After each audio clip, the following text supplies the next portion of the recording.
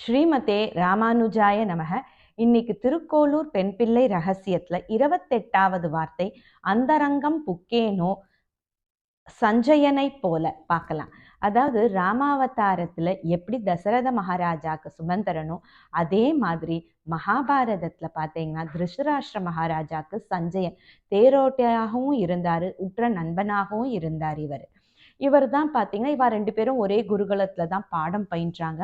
மகாபாரதம் யுத்தம் ஆரம்பிக்கிறதுக்கு முன்னாடி திருதராஷ்டிர மகாராஜா சஞ்சயன் கிட்ட சொல்றாரு, அப்பா நீ உபப்ளாவியத்துல பாண்டவர்களும் கண்ணனும் இருக்கா, அவ கிட்ட தூது போன்னு சொல்லி அனுப்புறாரு.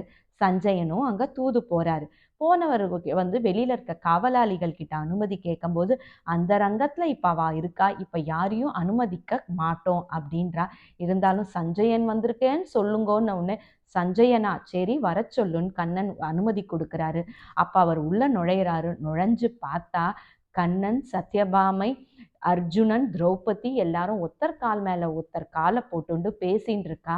அதை பார்த்ததுமே சஞ்சயன் கை கூப்பி ஆசீர்வாதத்தை வேண்டி வந்தேன்னு சொல்லிட்டு அங்கேருந்து கிளம்பிடுறாரு. அதாவது பகவானை இந்த கோலத்துல பார்க்கறதுக்கான தகுதி அவ பக்தர்களுக்கு மட்டும்தான் உண்டு.